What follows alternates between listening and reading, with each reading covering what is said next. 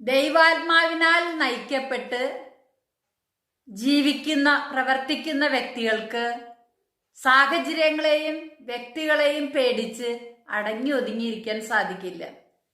ദൈവാത്മാവിന്റെ പ്രേരണ അനുസരിച്ച് അവർക്ക് ചെയ്യാൻ പറ്റുന്ന കാര്യങ്ങൾ അവ തീർച്ചയായിട്ടും ചെയ്തിരിക്കും. അതൊരു ദൈവനിയോഗമാണ്. അതുകൊണ്ട് അവർക്ക് അടങ്ങി ഒതുങ്ങിയിരിക്കാനായിട്ട് ഒരിക്കലും സാധിക്കുകയില്ല. മറ്റുള്ളവർ ചെയ്യുന്നതിന് വിരുദ്ധമായി വ്യത്യസ്തമായി എന്തെങ്കിലും ആരെങ്കിലും ചെയ്തിട്ടുണ്ടെങ്കിൽ അവരെ തകർക്കാനും തളർത്താനും ശ്രമിക്കുന്നതാണ് ഇന്നത്തെ സമൂഹം. അതുകൊണ്ട് നമ്മൾ ചെയ്യുന്ന കാര്യത്തിൽ 100% വിശ്വസ്തതയും ആത്മാർത്ഥതയും ഉണ്ടെങ്കിൽ വിജയം ഉറപ്പാണെന്നുള്ള വിശ്വാസവും ഉണ്ടെങ്കിൽ തീർച്ചയായിട്ടും അതിനു വേണ്ടി മരിക്കേണ്ടി വന്നാലും പോരാടുക തന്നെ ചെയ്യും. വരാനിരിക്കുന്ന നന്മയെ തുലനം ചെയ്യുമ്പോൾ ഇന്നത്തെ സാഹചര്യങ്ങളൊക്കെ എത്ര നിസ്സാരമെന്ന് അവർ കണക്കാക്കും.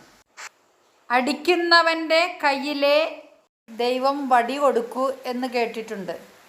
ഒരു പ്രത്യേക ഗിഫ്റ്റ് ഒരു വ്യക്തിക്ക് കിട്ടിയിട്ടുണ്ടെങ്കിൽ ആ വ്യക്തി ഏത് സാഹചര്യവും മറന്നുകൊണ്ട് ആ കഴിവ് ഉപയോഗിക്കും എന്ന് ദൈവത്തിന് ബോധ്യമുള്ളത് കൊണ്ടായിരിക്കാം ദൈവം അവർക്ക് ആ പ്രത്യേക ഗിഫ്റ്റ് കൊടുക്കുന്നത് എന്നുള്ളതാണ് ആ വ്യക്തികളുടെ ചിന്താഗതിയായിരിക്കുക.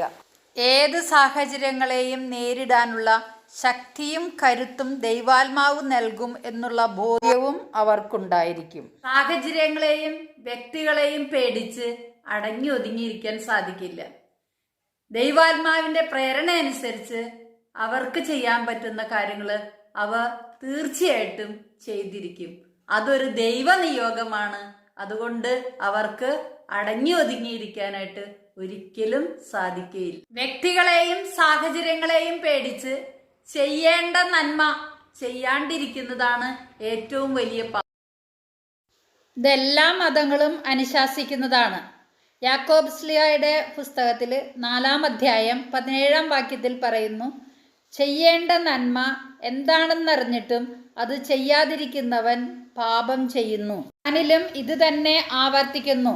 പ്രവാചകന്റെ പുസ്തകത്തിൽ 3-ാം അധ്യായം 27-ാം വാക്യത്തിൽ, നിന്റെ കയ്യിൽ കഴിവുണ്ടായിരിക്കുമ്പോൾ ഒരു വ്യക്തിക്ക് നന്മ ചെയ്യുന്നത് നിഷേധിക്കരുത്. അതുകൊണ്ട് സാഹചര്യങ്ങൾ നാളെ മാറി മറിയും. അപ്പോൾ ഇന്ന് ചെയ്യേണ്ട കർമ്മങ്ങൾ ചെയ്തില്ലെങ്കിൽ കാലം കഴിഞ്ഞു പോകില്ലേ? അതുകൊണ്ട് ചെയ്യേണ്ട കർമ്മങ്ങൾ ചെയ്താൽ ഇന്നല്ല